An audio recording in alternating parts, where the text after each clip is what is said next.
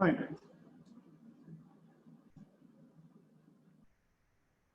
Bob, can you check on my co-host status because something's not working? Sure, give me a moment.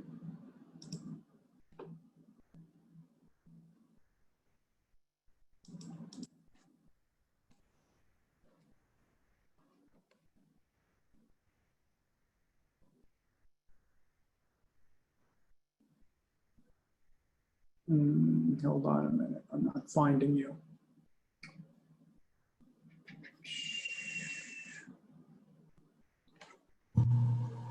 Bob, Yes. this is Basiga. We can hear Susan really clearly, but you're still pretty quiet. Can you get closer to your microphone?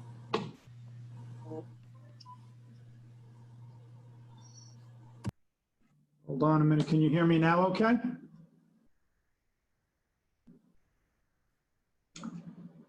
Susan, I'm not finding you here.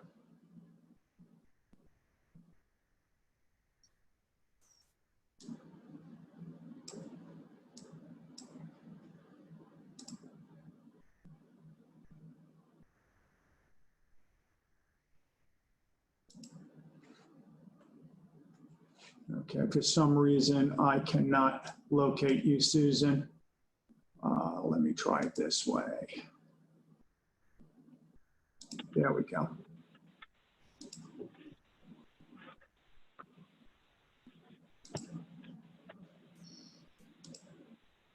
All right, can everybody hear me okay? Just nod. Okay, so we are going to be recording this session so that we can post it for your colleagues. The format is there will be a short presentation followed by questions and answers. There's absolutely no way we're going to have an answer to every question you may pose. So therefore, you can feel free after this session is concluded to email me any questions that you may have. We are developing an internal FAQ that we will share with everyone as a result of these meetings, and we will try to include all of the questions that you may have in that FAQ, okay? So in order to facilitate this, I would ask that if you have a question at the conclusion of the presentation, that you put your name in the chat feature, not your question, just put your name. We're going to call the names as they appear in the chat feature, okay? Everybody understand how we're going to proceed? So we're going to start with a short presentation. I will be narrating the presentation and other individuals will be asked to chime in to provide a little more detail. Natasha, can you please share your screen? Natasha will be running the PowerPoint for me as we go through. All right, can everyone see the screen in front of them? Okay. All right, so let's go to the next slide, please.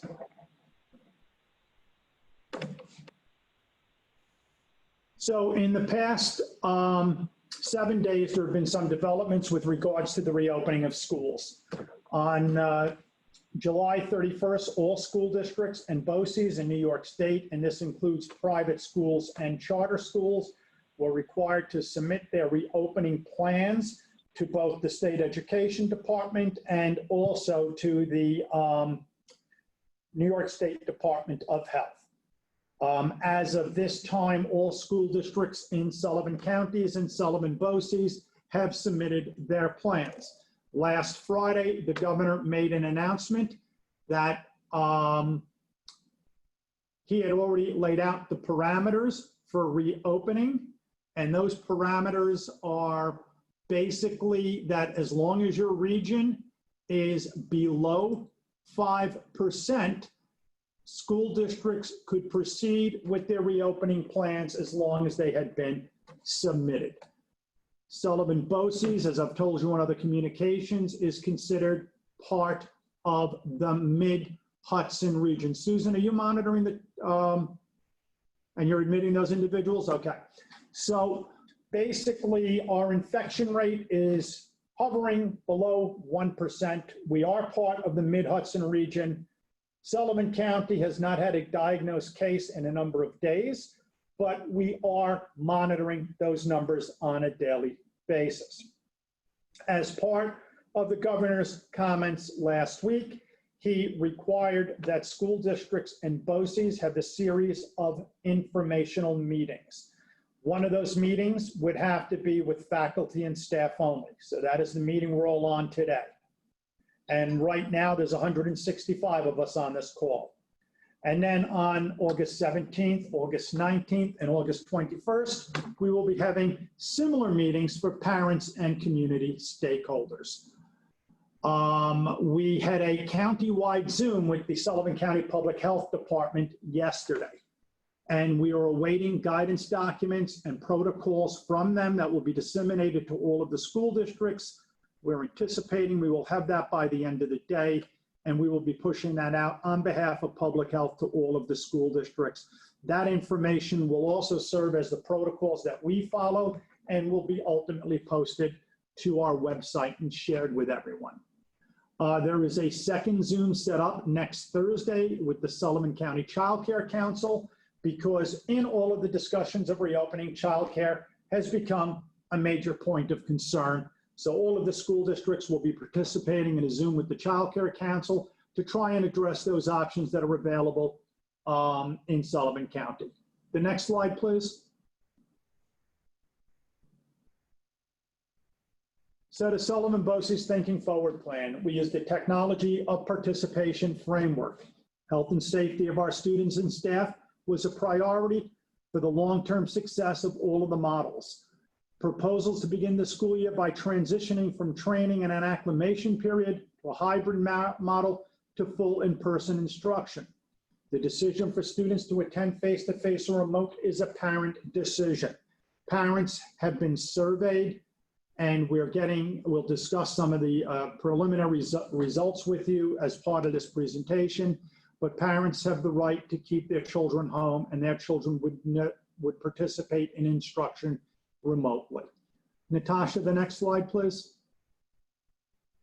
Why consider a hybrid model? Opening in a hybrid model will give BOCES staff the opportunity to implement our new safety practices and procedures with 50% capacity of students, to train students on new procedures, assess social, emotional, academic needs, and adjust procedures if necessary with limited impact on the students. The reduced numbers will help us to see what needs to be adjusted with a more manageable population size and allow us time to train and acclimate students and staff to the new normal. Next slide.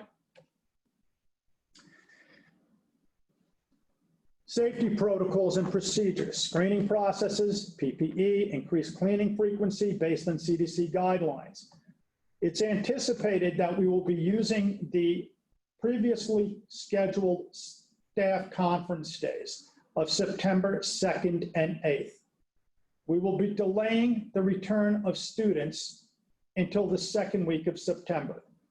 September 2nd, 8th, and 9th will be used for professional development. Student training is anticipated to be ongoing on their return. Next slide. Cleaning protocols of health and follow the New York State Department of Health and CDC guidelines. Okay, daily cleaning and disinfecting will take place following all relevant guidelines. Utilization of door hangers for staff to communicate with cleaning staff will be implemented.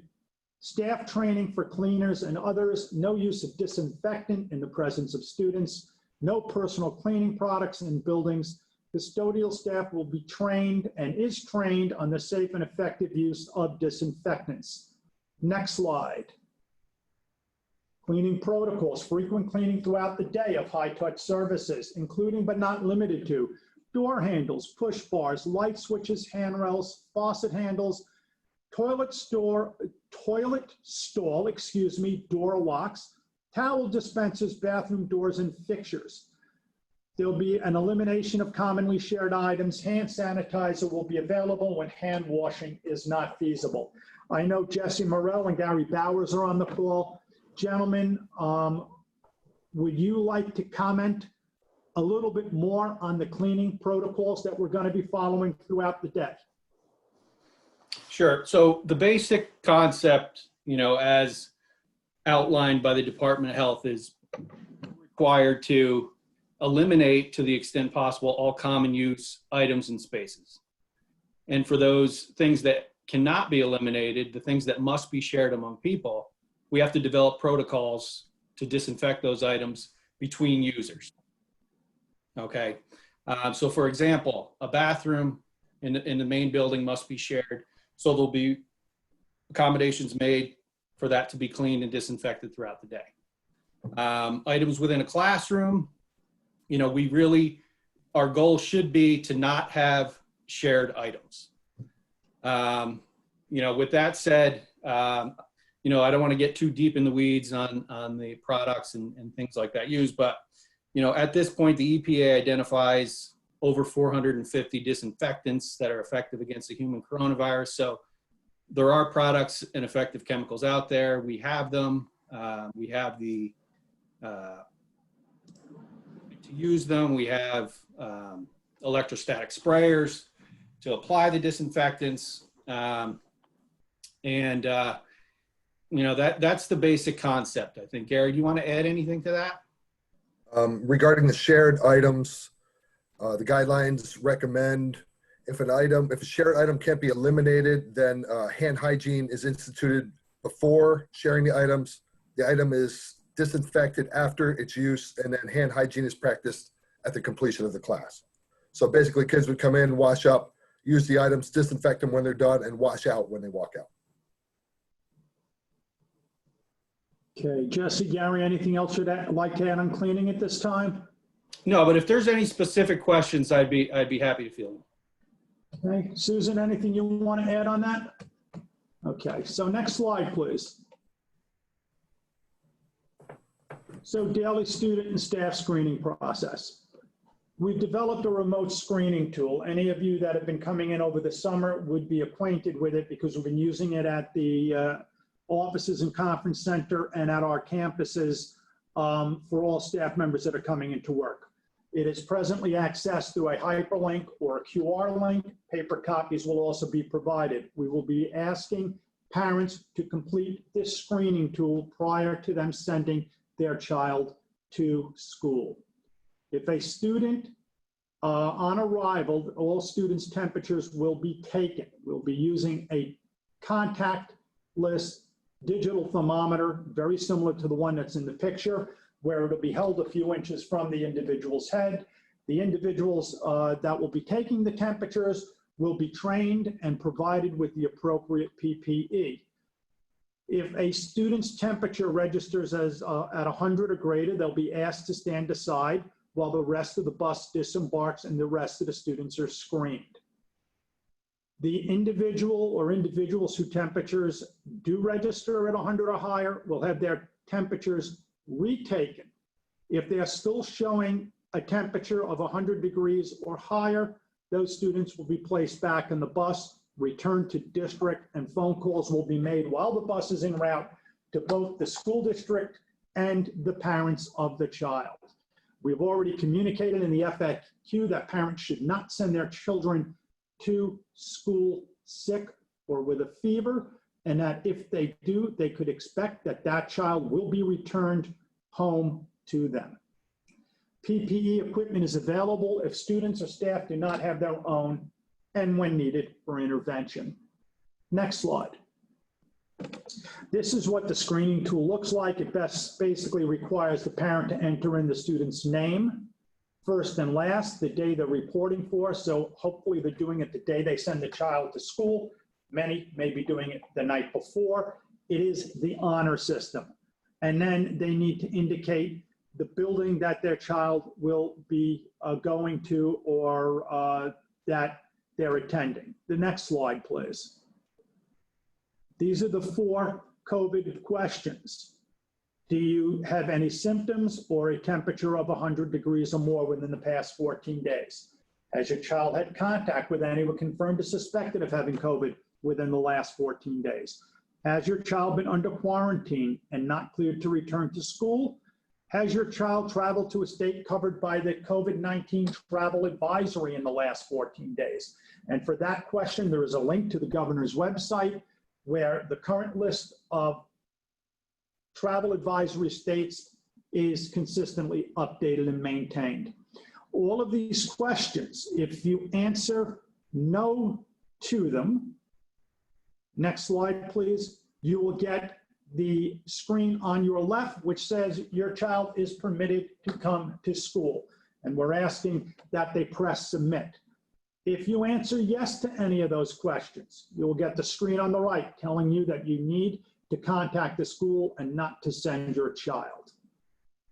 This is the honor system. This is why we're taking the temperatures of all of the students when they arrive to school. If our students are driving, they will go through the same screening procedures. Adults are a different story. Faculty and staff are expected to honestly complete the screening tool before they report to work. If you are sick, stay home. Be honest. We are counting on you to help us implement these policies and protocols. But as adults, we will not be taking your temperature when you arrive. Next screen. So hybrid model considerations, and I'm going to be jumping back and forth and getting some input from Natasha. So it's a blend of in-person or remote learning. Curriculum and instruction will focus on the power standards, work-based learning, and lab hours. Related services will be virtual and in person. Therapeutic interventions protocols are currently being developed. Social emotional learning and multi-tiered support systems. Ongoing professional development. The next slide. So the reopening timeline, as I said, September 2nd, 8th, and 9th will be used as PD days. A lot of the PD will be provided by Zoom or using the Safe Schools platform. Some of it may be in person. You'll be notified as we approach those times as to what the offerings are, what's required, what's not.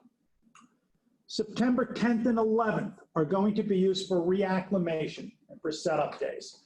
Time for you to come back, get the lay of the land, get used to what the buildings look like, work in your classroom, and set it up. A hybrid schedule will start for students on September 14th. A full reopening target date will be determined based on continuous monitoring of local conditions. We're not putting a back end on this. We will operate in a hybrid modality for as long as is prudent. No decisions will be made that are not supported by the data available at the time. Next slide. So to give you an idea of what our school districts are doing. So Eldred is going to be opening and doing rotating weeks with an A and B cohort. I was just advised last night that Eldred will be reopening for students as of September 28th. I'm stepping away for 1 second to grab a pad off my desk.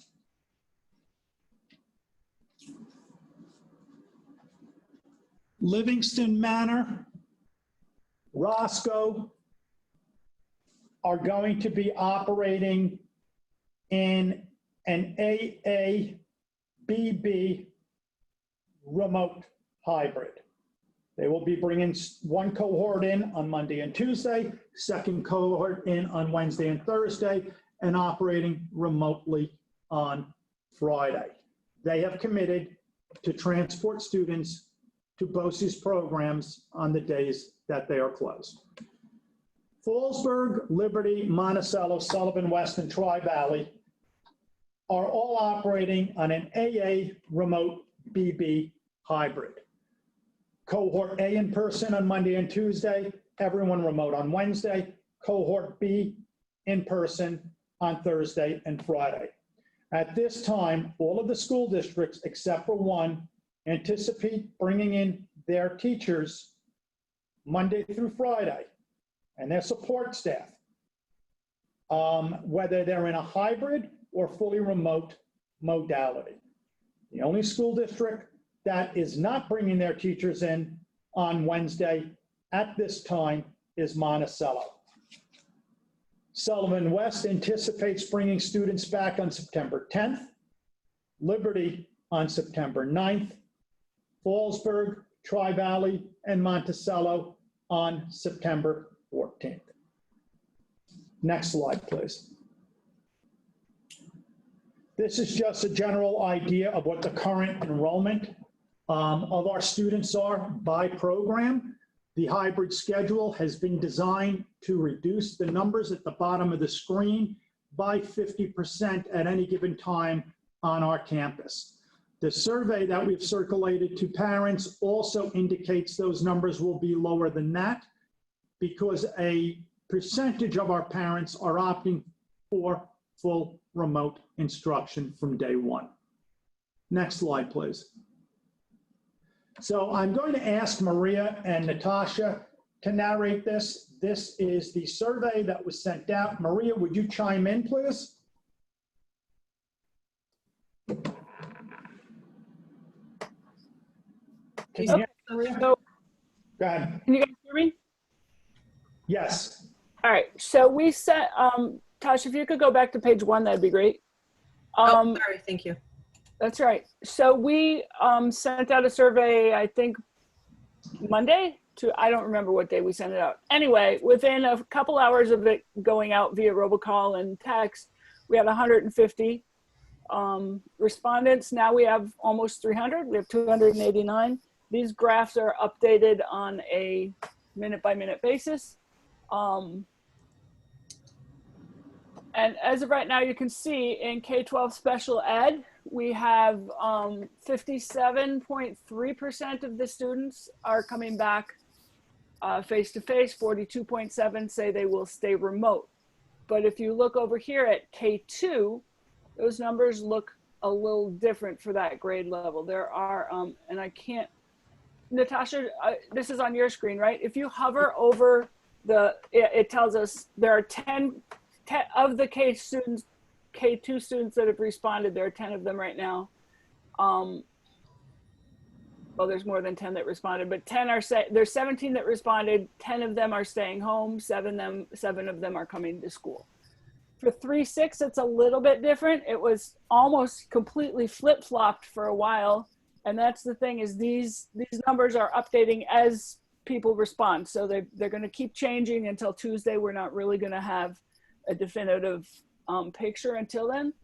But there were 16 students that said that they are coming face to face, and another 14 that are, so it's about half and half. It's 53 and 46. You can see the same thing basically with special ed, grade 7 and 8. And then 9-12, we've got 20 students that are coming so far that have responded. 20 are coming face to face, and 11 have responded that they will be coming. So it's, they'll be staying home. So it's, the numbers aren't huge, but you can see the percentages.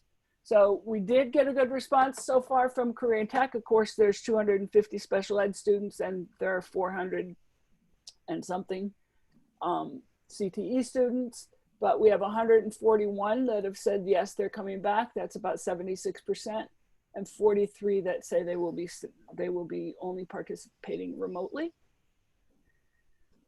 And then for Alt Ed, we have 18 that have said that they're coming back, which is 72%, and 7 that have said that they're going to participate remotely.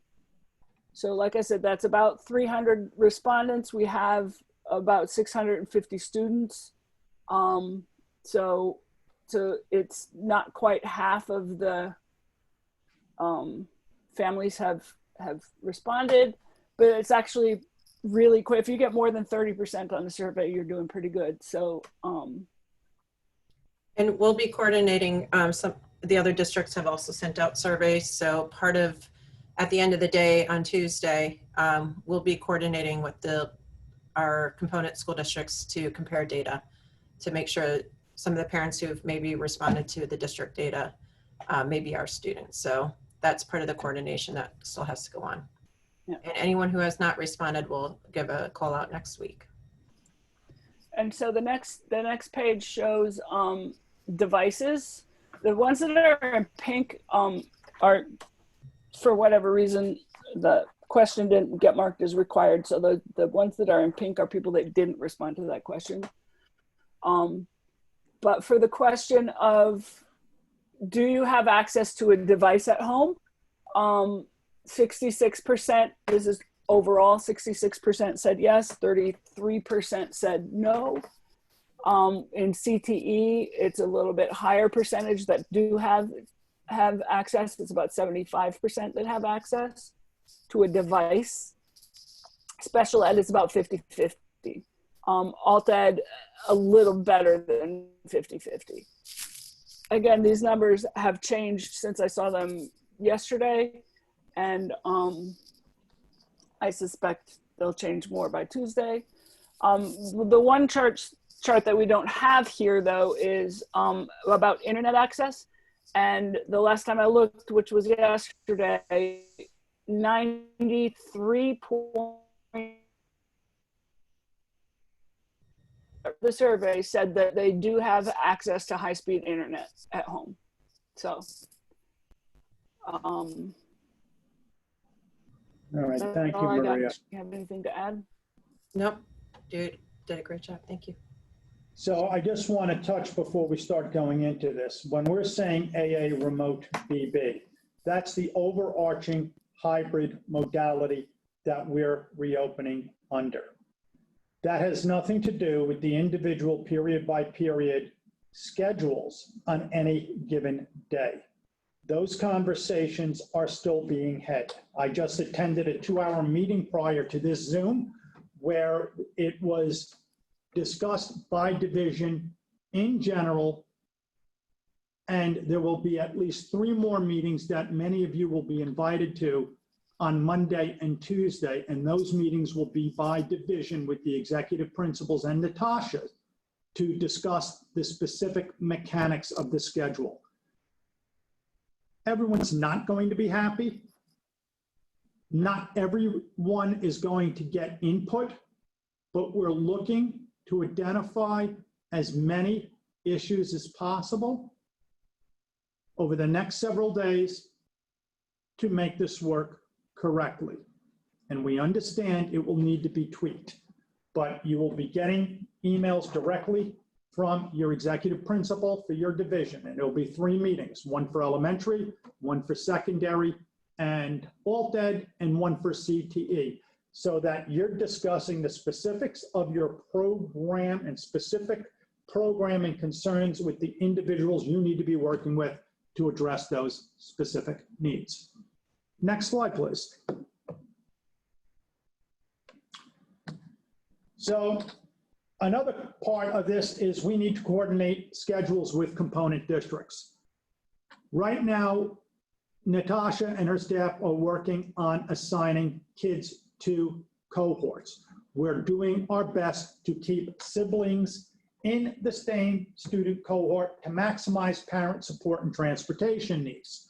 Since we're opening in a hybrid manner, it's going to require an extra layer of coordination with the transportation departments of all of our school districts and the guidance offices and the CSE offices in all of our school districts to assure that the schedules get to the kids and that they work for the school district.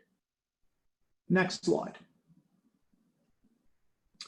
So components of remote instruction, instructional delivery of theory, development of practical synchronous and asynchronous instruction, classroom meetings each morning to take attendance, something that's very, very different. And this came up in the last call and details still need to be worked out. So something that's very, very different this time around. We are required to take attendance.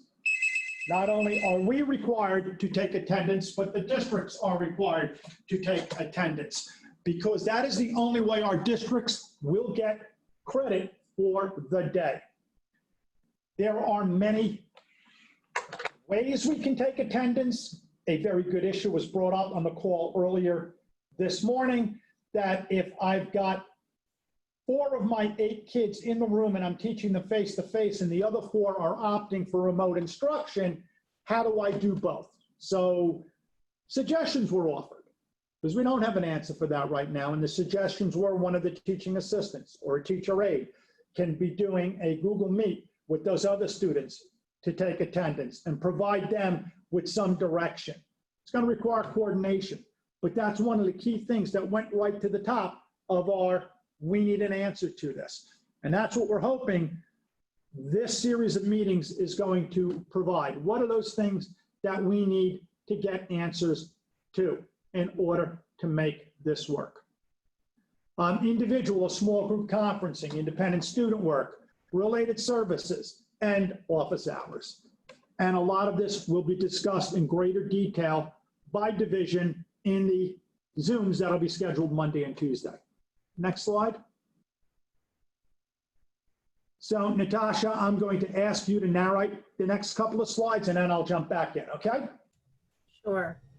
And principals, if you want to jump in, if I'm missing anything. So as in our instructional team, we talked about designing our cohorts similar to, and they are aligning with similar to our districts. So we will divide our students into cohorts A and B, as Bob described, for our special ed, alt ed, and K-12 programs. And those students will be coming in person 2 days a week and be remote 3 days a week. And same with the cohort B. They'll be meeting Thursday, Friday in person and being remote Monday, Tuesday, Wednesday. So for CTE, Jeff, do you want to talk about this a little bit, or do you want me to? Okay, I'll talk about it. We are keeping CTE schedules relatively the same timeframes for each of the programs.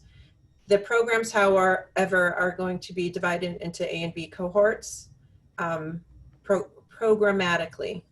And this is to work with our students who are cohorted in here with our alt ed and special ed programs for secondary. That time when they are face-to-face, if they're cohort A, they'll be here Monday, Tuesday. And if that program is assigned to cohort B, they'll be here Thursday, Friday. Those students outside of district will be able to come for that time. That in-person time, we're hoping to focus on the required lab and work-based learning components. It's that hands-on piece. The remote instruction will be primarily happening on the days that our students are remote.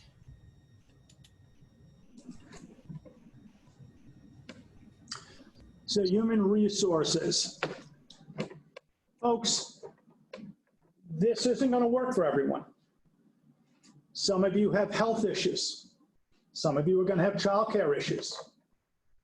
And that's understandable. And provisions have been made in regulation and provisions have been made under emergency executive orders and through the CARES Act to accommodate those specific concerns.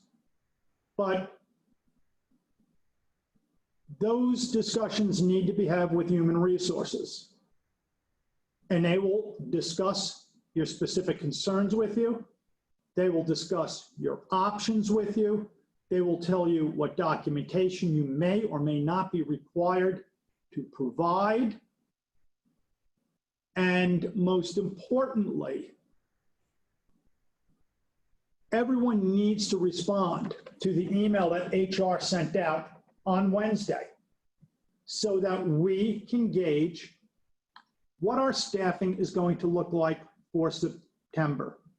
Jen, are you on the call? Yes, I am. Would you like to speak to that for a few? Sure. So first of all, I just want to say it's glad to see so many people on the call. So I just want to say it's really important. We are trying to field all the questions through Mary, so it's going in one spot. I know some of you are also emailing your supervisors and me, and that's okay, but it's really important that everybody just gets to Mary so that we do have a sense of who we need to speak to. We will get to each and every one of you. We may need to contact you several times. This is all new to everybody. There are a lot of different moving parts to the reasons people are out. There are a lot of laws that govern when people can be out and how, and there's new ones with the CARES Act that we have to deal with. So we'll work through it with you. We'll figure it out. But please, it's just really important to please at least get your name on the list now so that we know we need to contact you.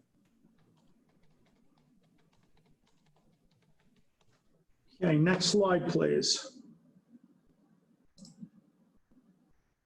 So in summary, BOCES is committed to ensuring the health and safety of our students, faculty, and all of our staff at all of our locations. BOCES will comply with DOH and SED requirements for reopening. Collaboration with all stakeholders will be key to a successful reopening. Ongoing and consistent communication with all stakeholders will be critical. We will have more of these meetings if the need arises. If not, we will do them in smaller clusters with specific divisions. Continuous monitoring of all operational functions will also be required. Folks, here's what I can absolutely assure you. Within moments of me making any statement, everything can change. All of these decisions are not ours. Many decisions are being made at the state level or will be made at the state level. There's a lot of uncertainty. We are planning for what we know now, which could be very different than what we're planning for in the next hour or in the next day.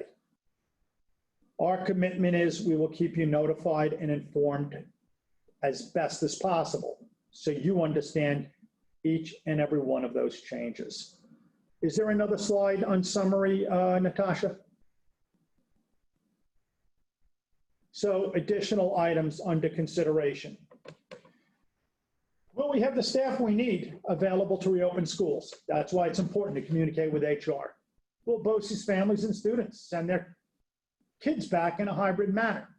We're waiting on closing out that survey, but you've seen some of the results.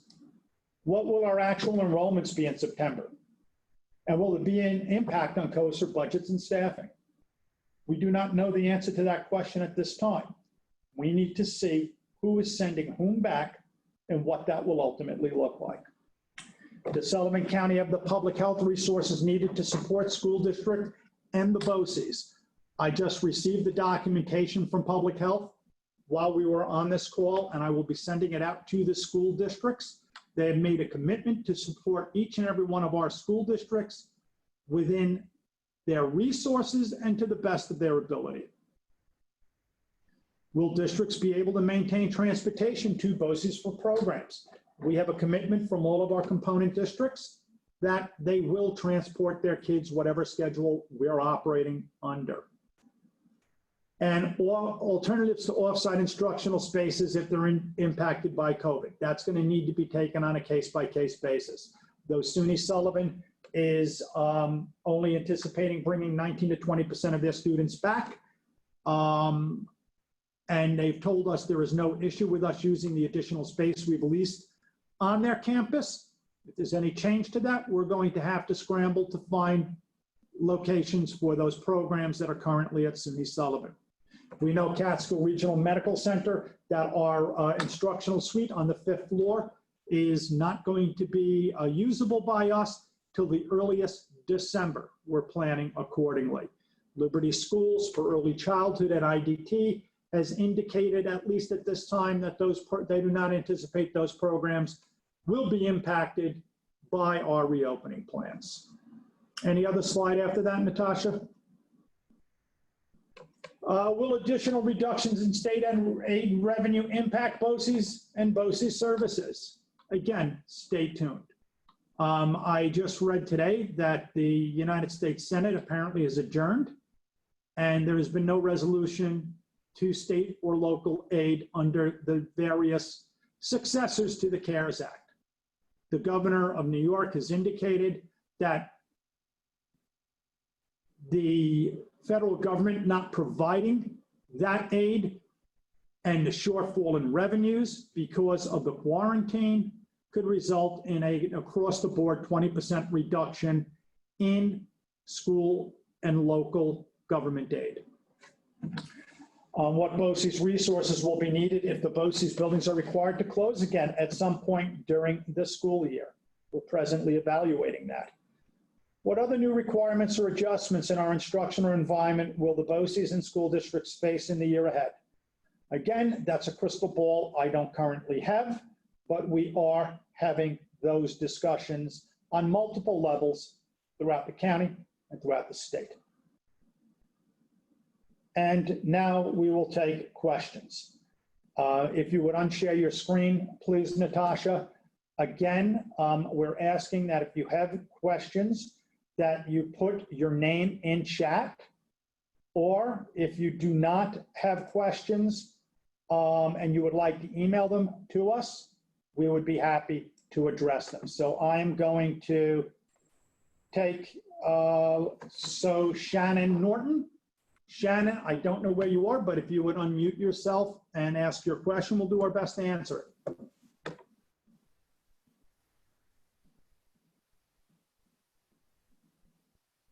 You're muted, Shannon. We can't hear you.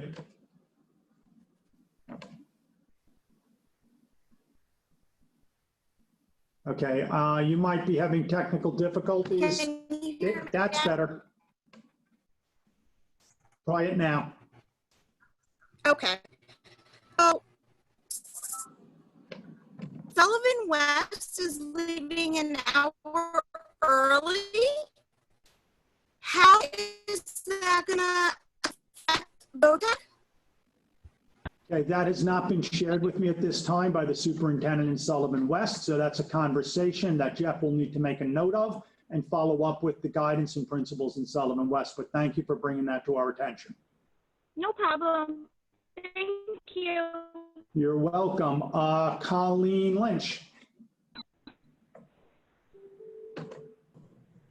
I'm Colleen? wondering if we are going to be having parents make a formal commitment to either hybrid or face-to-face, and then how long that commitment is good for. Is that something we will reassess quarterly, by a semester? The survey is asking them to commit in one way or the other, and the survey is requiring them to provide contact information so we know their name and the name of their child.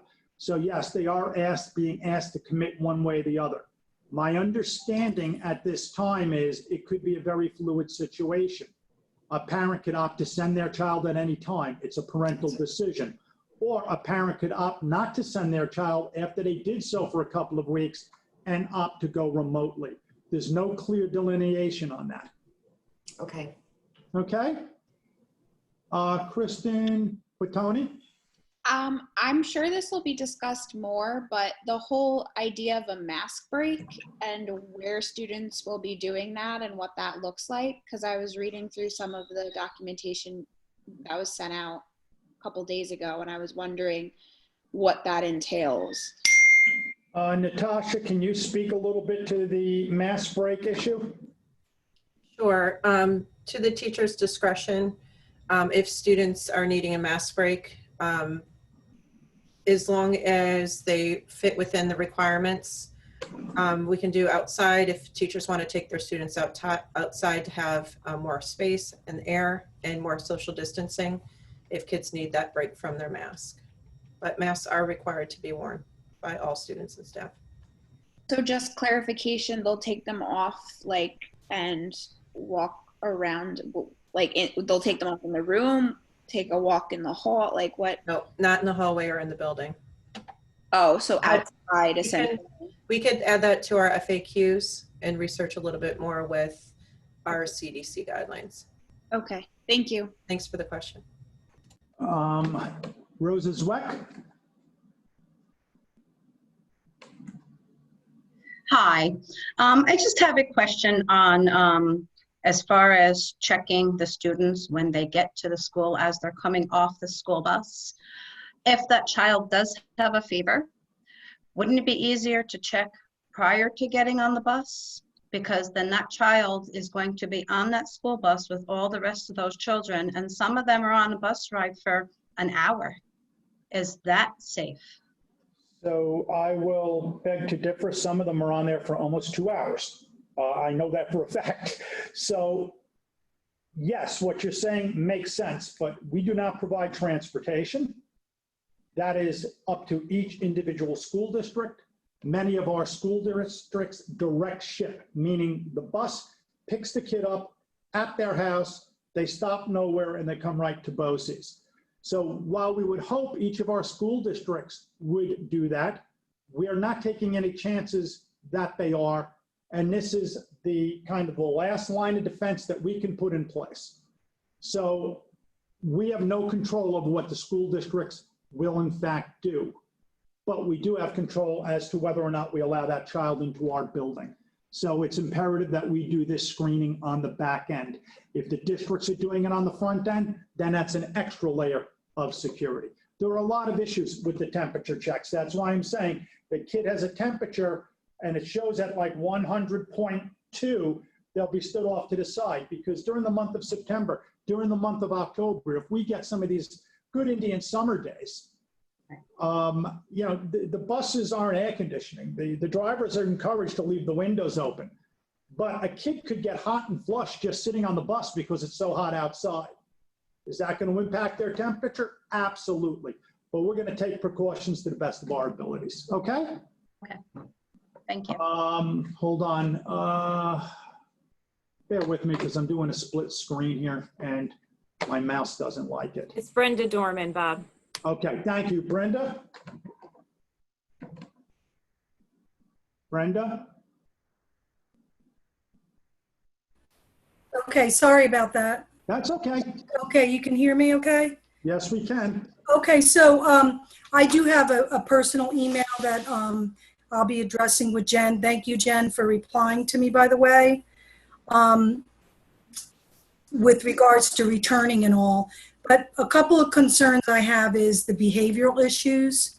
We work with students that have severe behavioral issues, and are we going to, you know, address the I'm not wearing my mask, I'm not doing this, I'm not social distancing? Like, are those issues, have those been discussed at all? Like how? If you look at the FAQ, Brenda, we do address that in the FAQ. Okay. Basically, everyone will be required to wear masks unless they have a medical exemption. And we're going to hope to find a solution. But let's face reality. A lot of our little ones at White Sulphur Springs, it's going to be a major issue. Mm-hmm. So the social distancing is going to be important. But let's take a secondary student who would know better, who can be instructed and told what to do, but they say, I'm not wearing a mask. Well, our goal is to teach them, encourage them, call their parents, but some of them are just not going to comply. And we've done some checking. It will be treated as a disciplinary matter.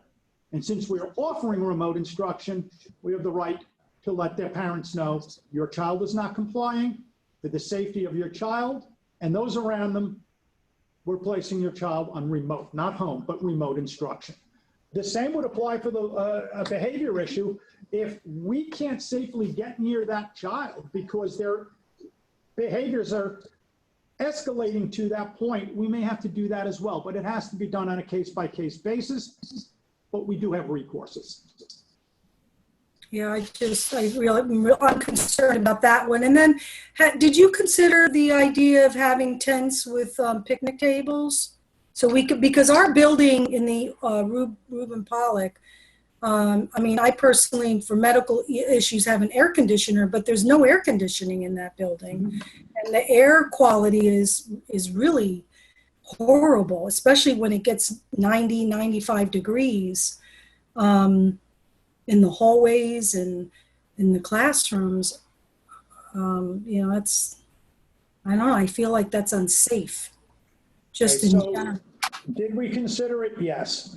Mm-hmm. There are no tents available. We did do some checking because everyone's got the same idea. Okay. And we're also governed by an entity called the State Education Department, which has its own quirks as to what we can and cannot do and the documentation and paperwork that needs to be filed along with it. So it almost precludes it to a degree. But taking your class outside, that's fine. We're looking to put more picnic tables at some of the sites. Okay. We can do that. We can put tables outside. But putting a tent over it makes it difficult.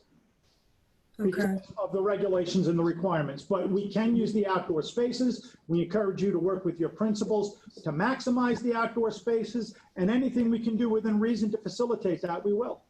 Okay. Okay. All right, I appreciate it. Thank you for your time. Not a problem. Thank you, Brenda. Rory Stevens, where are you, Rory? There you are. My question was already asked by Brenda Dorman, so I'm good. Thank you. Thank you, Rory. Kelly Levy. Kelly? Hi, everybody. There you are. I just wanted to make just a blanket statement, as everyone probably already knows. The things in the health office will be very different this year. There's going to be alternate areas for different types of visits. And we are in the process of trying to lay out a protocol that we will share with everybody. Non-emergent things being dealt with in the classroom, and depending on what our issue is that the student needs to come, we may have to see them in a different area. So I just wanted everyone to keep that in mind, that we're still working that all out. We haven't been in the office to do anything just yet. We will start soon, but I just wanted you all to know it's going to be a lot of phone calls first to see what's going on, and perhaps we'll be needing to come to you depending on the situation. So I just wanted you guys to bear with us. We're going to do our best. Jacqueline Johnson? Yes. Jacqueline? Hi. Go ahead. Oh, okay. I'm going to talk about when we're taking temperatures. So you take the temperature like a couple of inches away, so it's not going to be social distancing. It's not going to be 6 feet. So are we going to be supplied with the full PPE gear? Yes, you will. You'll have face shields, you'll have gowns, you'll have gloves. There will be alcohol swabs to wipe off the equipment. Everybody that will be involved in that process will be thoroughly trained, and there will be support at the site for you. Okay. Okay? Yes. Madeline? Where are you, Madeline? Hi, right here. I had read in the document that came home through email that staff would be wearing face masks and or shields. So I didn't know what the qualifications would be, the differentiation. Who would wear what? If you feel that there's, so let's put it this way. Face masks are required. Shields will be provided for those that need them. And we are also have on order a number of, and Susan, I may say this wrong, but they're clear face masks provided to some of the teachers, especially those who are dealing with our highly autistic students, where seeing the teacher's mouth forming words and stuff is important. So the teacher would be able to wear a face mask, but the student would still be able to see the teacher's mouth and lips. Okay. As a speech pathologist, that was my main question. So you've answered it. So I assume the speech team could access them. And what I would just encourage you to do is, if you feel you have the need, please let your principal know sooner than later. Well, I just want to know if I could wear the face shield and not the mask, but the answer is no. Jesse, can you confirm the answer to that question for me? Sure. They would both qualify as a face covering. Okay, so if I'm doing therapy with a child who needs to see my face, I can wear the shield? You could wear the shield. Okay, thank you. And Madeline, we bought those clear masks for the students as well. So we have Nice. child size and adult size. Very nice. And we also sent some modifications that may be appropriate for speech that I'm sure you'll be hearing about. Thank you so much. Thank you. Stacy, you're next. Where are you? Okay, I'm here. So as stated before, Sullivan West, said that they were going to be closing, I believe, an hour early. And that was in regards to the teaching staff being able to have time to be able to do the remote learning part of their programming. Would that be a possibility in regards to us? Will we be given extra time to be able to do both of our teaching, requirements at the time? Well, I believe there is time built in at the end of the instructional day that could be utilized for that purpose, but Natasha is on the call listening. Within our contractual obligations, we will do everything to work with you. Okay, Is thank that you. a fair answer? Yes, thank you Okay. very much. You're welcome. Alicia? Hi, I just have a question. Alicia, you went out. I just lost the audio on you. Oh, I'm sorry. Can you hear me now? Yes, we can. Okay, so as a one-on-one, I've been a one-on-one for a while. If my student is remote, am I to still come to school or am I to do that home? That's what I'm just wondering. Natasha, will you speak to that, please? So can you just repeat the question? Because you were in and out. I'm sorry. I'm just wondering, like, as a one-on-one, say my student will be in for the, in person, and then the next time, of course, would be home for remote. So when my student's home remote, do I still come to school or do I do the remote from home? Everyone is at this time required to report in. Okay, thank you. That's all I was wondering. Thank you. Yep. Nikki?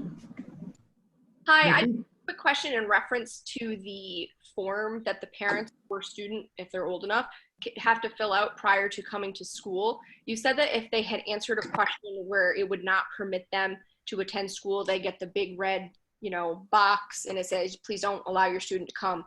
Is there anybody monitoring that? So in the event that a parent, God forbid, didn't know and took their kid somewhere and it said, no, don't send them. And they said, well, I'm going to send them anyway. Is anybody monitoring that? Well, we do have somebody monitoring it, our attendance officer. So basically the way the system is set up, once they hit submit, if they answer yes to any of the questions, an email goes out to the attendance officer, indicates somebody has answered yes to one of the specific questions. They then go into the back end of the form and they're able to see the complete list, which is color coded as to who is the one who answered yes to that question. But as I said before, we're required to do that. It says it both in the DOH and in the SED guidance. But that requires the honor system. Right. That requires a parent to be responsible and take their child's temperature each and every day. And I think everyone on this call knows that's not going to happen. So that's why we're taking their temperatures when they arrive at school. Will we be monitoring it? Yes, but we have the extra layer of security by taking everyone's temperature as they get off the bus. Okay. Okay. Let's see. If I mispronounce this, Jita, am I saying it right? Yes, hi. My question is the school day going to be the same hours from 8 to 3:30? Because something I saw like in an email that was sent out that the students will need to sign in for attendance at 9 o'clock the remote days. So I was just wondering what the school day hours is going to be like. It's anticipated that the hours will be what your normal contractual hours are. Okay. Okay? Okay. Thank you. You're welcome. Doreen? Yes, hi. Teaching art, I'm going to be thinking of supplies. Doreen, you're going in and out. Of each day. Doreen, I can't hear you. You're going in and out with the audio. Sorry. That's okay. I'm just wondering if we'll be able to disinfect supplies ourselves at the end of each day, and will we be provided with disinfectant for that purpose? Jesse, would you address that? I think we addressed it on the slide in the presentation, but I'll ask Jesse to answer that. Sure. Again, we really want to eliminate the shared items. For those things that must be shared, we'll have sufficient disinfectant available. Again, the disinfectants can't be used around kids, and the kids can't engage in any of the disinfecting processes.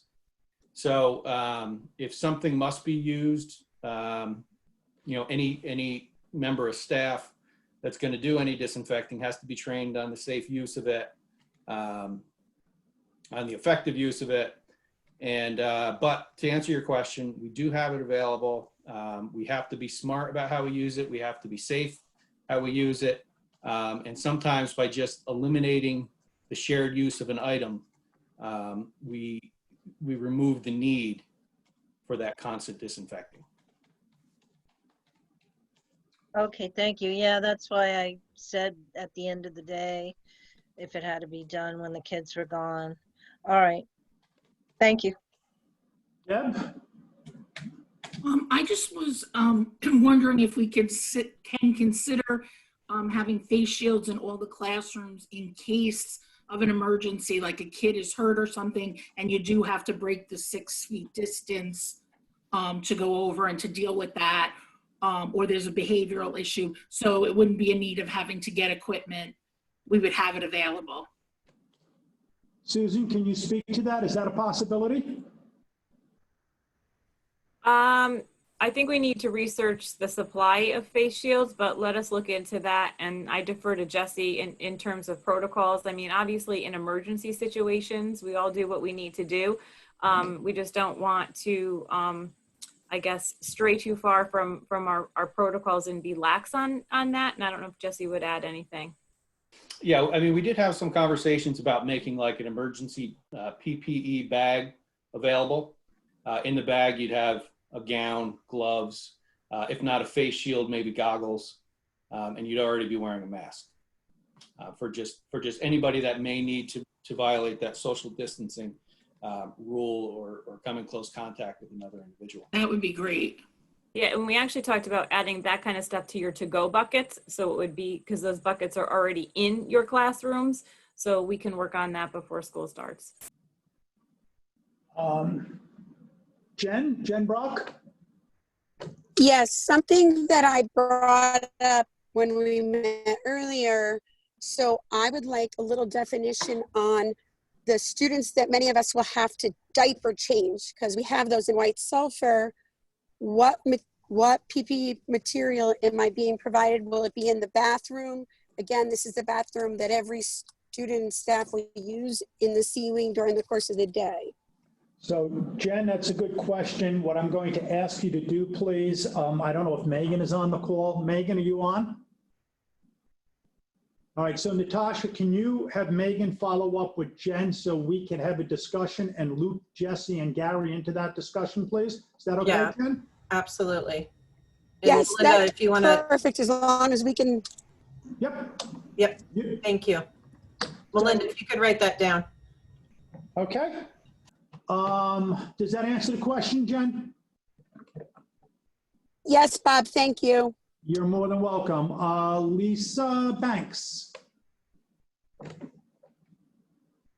Lisa? So I'm usually a one-to-one, and I'm pretty much expected that is my assignment, but I don't know what it is yet. But as a one-to-one, how are we expected to keep, or are we, 6 feet from our assignment, from our kid? Natasha, would you speak to that, please?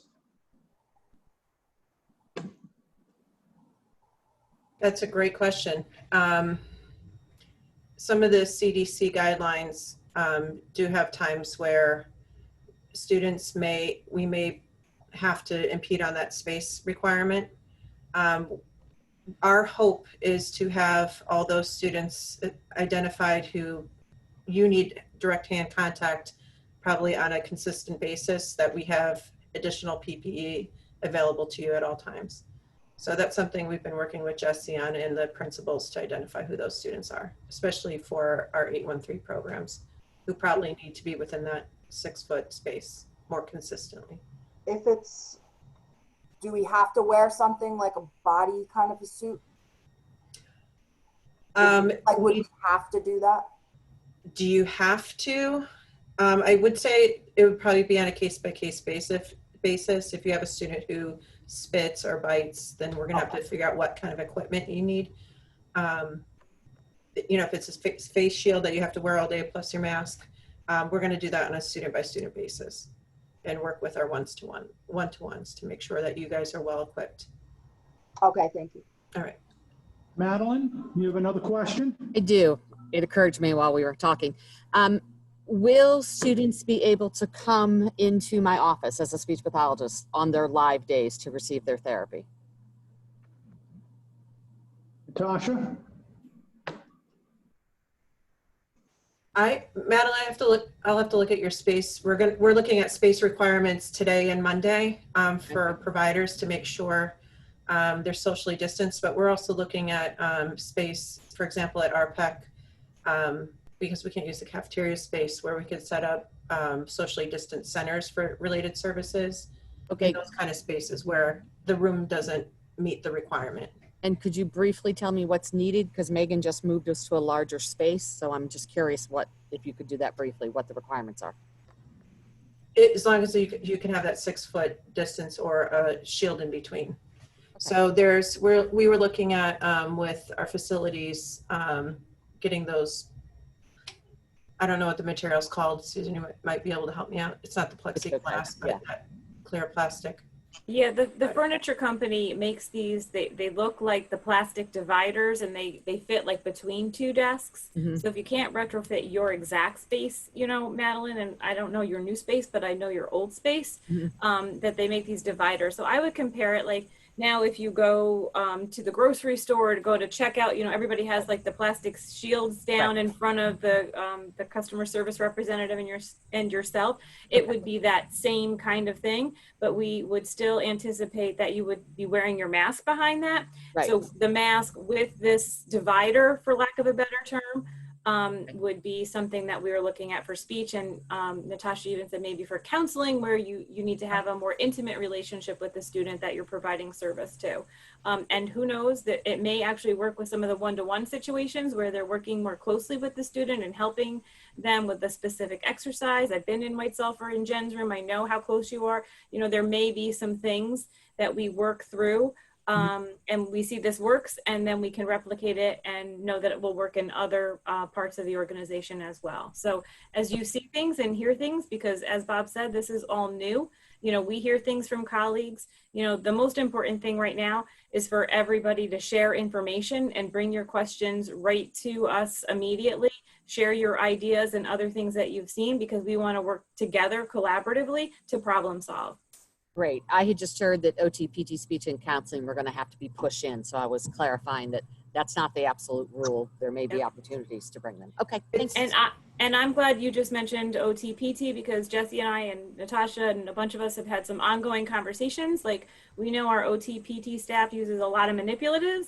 We know we have a lot of adaptive equipment. We have a swing, etc. So we are going to have to be working diligently with you about scheduling. So you've heard Jesse say that the disinfectants can't be used in the presence of students. That means we're going to need a couple of minutes, you know, maybe 5 or 10 minutes, maybe 15 minutes, because these disinfectants have to dry.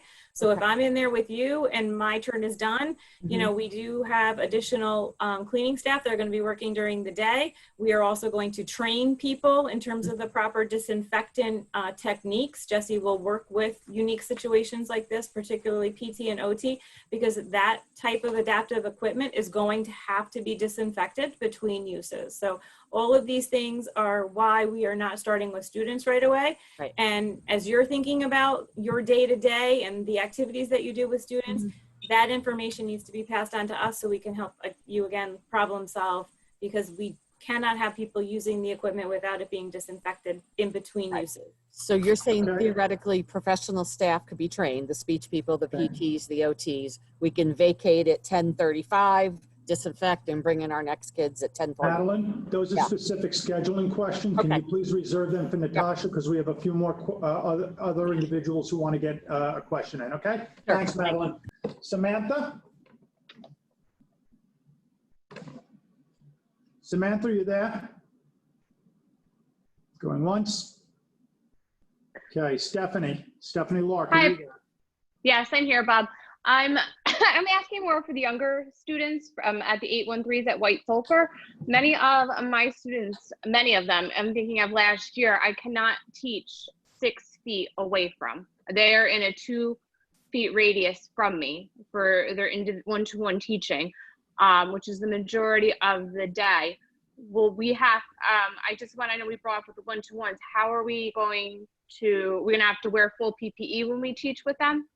And how is that going to be addressed? So again, that's going to be a very specific scheduling question, but my understanding, and this was discussed at the earlier meeting, is that the hybrid model is looking to provide the maximum amount of space per class so that you can spread out your kids, possibly between 2 rooms, so that you can work with them. But we will provide what we need to provide you with to do your jobs, and we will work to make the necessary accommodations. We are anticipating a lot of flexibility is going to be needed at White Sulphur Springs. We already understand that. So I would have these conversations, and as I said, there's going to be a couple of Zooms on Monday and Tuesday specifically for those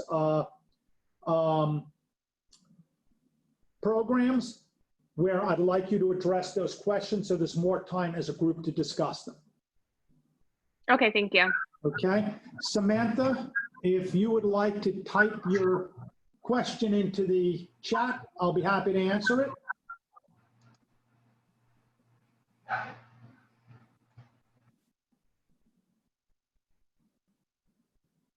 I don't know if you can hear me, Samantha, or not. And Brenda, thank you for sharing that. I know I also worked with one of our private schools to deliver face shields that they manufactured during the height of the pandemic, but we're required to try to obtain these from an approved commercial vendor, because the ones that we did use during the pandemic, though they met the need, they weren't to the spec that would be required. But that's what we're trying to buy them from an approved commercial vendor at this time. Plexiglass barriers for clericals. Possibility of getting plexiglass barriers for clerical staff too, okay. I'm assuming you're talking in the clerical areas.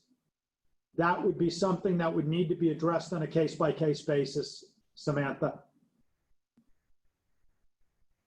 If you have specific concerns, address them to your immediate supervisor, okay? And just so you know, we are taking notes throughout this, okay? Jillian, where are you, Jillian? I'm here. Can you hear me? You're going in and out. Give it a shot.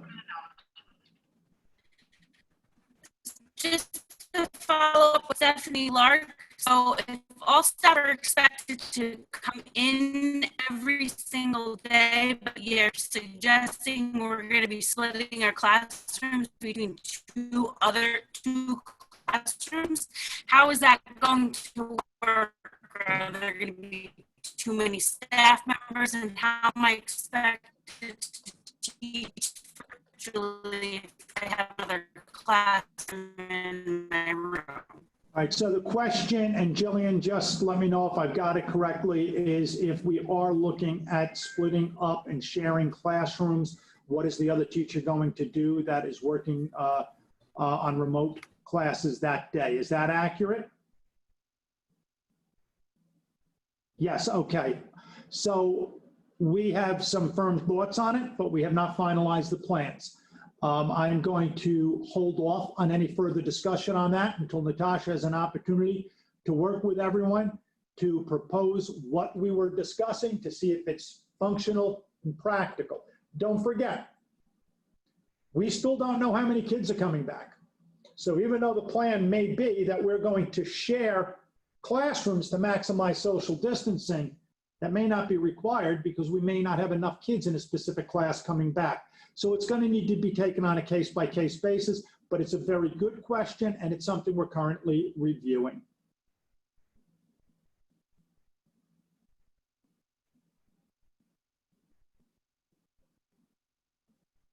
Okay, Jeanette Meyer, 813 classes and CAP program face many of the same issues that those at White Sulphur Springs, and should be part of that conversation.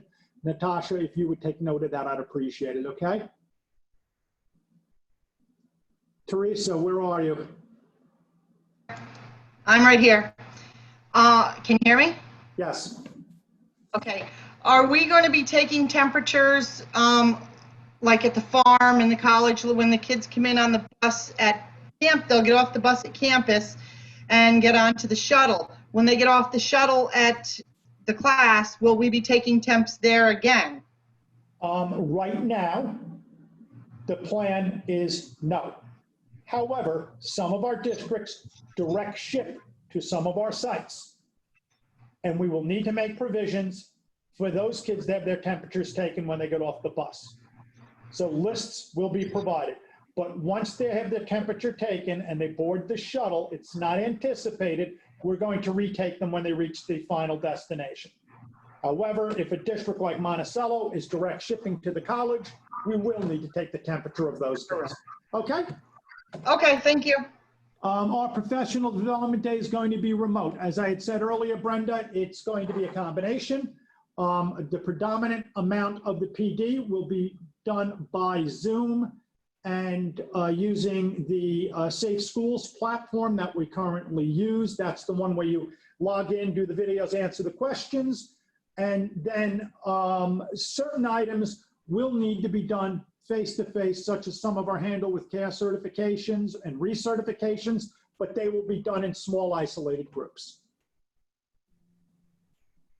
Okay. Folks, I'm not seeing anything else pop up. Anybody have any other questions at this time? Please, you have anything pops into your head the minute the call's over, please email me and somebody will get back to you with an answer. Your safety is our foremost concern. We'll work with you to make this work. We need you to work with us. Together, we'll be able to get through this. It's the only way we've gotten through it so far, by staying and working together. That being said, once I know, you will know. You have a concern, you address it to us, and we will do our best to address those concerns. If you have personal issues with your own health or other, please contact HR immediately. Can we go into the building to our classroom before the setup days? Please touch base with your principal on that, Jen. Pam, I'm going to take these last two questions because I do have another call backing this up. And I had only allotted 90 minutes for this. But Pam, you had a question? Pamela? Yes, I'm just wondering how toxic are the chemicals that will be used to disinfect the spaces? Jesse, did you hear that?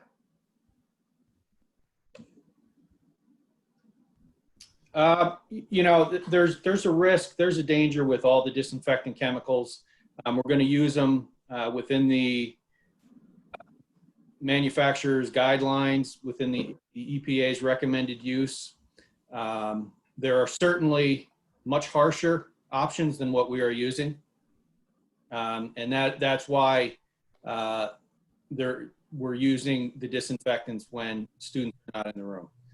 It will be dry. There's no residual kill on any of these products that we're using, so there won't be anything left on the I that could be toxic.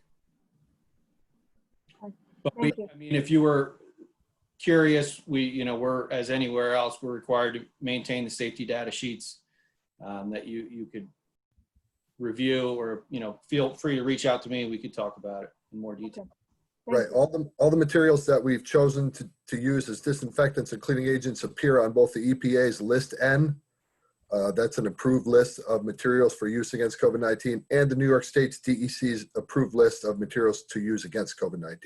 So we're only using materials that have been regulated and approved for this use. Last question, Rosa. Okay, really quick. If you could just put it in your mind now, being down in the annex and outside, we're used to it being very, very brutal in the wintertime. If some type of tent or something can be set up as the buses drive up to take temperatures, because sometimes the wind is really bad and I can see that messing up temperatures and keeping the children really cold. Okay, thank you, Rosa. Okay, folks, I thank you all very much. You will have more questions. Please email them to me. You may not get an answer from me because I'm going to parcel them out amongst the experts that we have on staff, but use me as the conduit. The only thing you go directly to HR with are issues of a personal level, because we want to protect your confidentiality.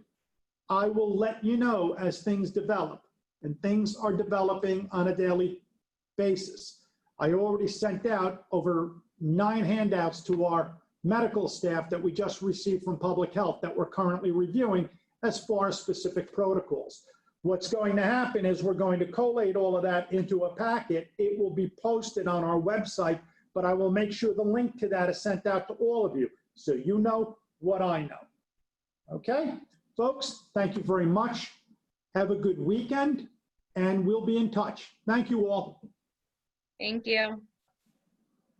Thank you. Thank you. Thank you. Thanks, Bob. Thank you. Thank you. Thank you.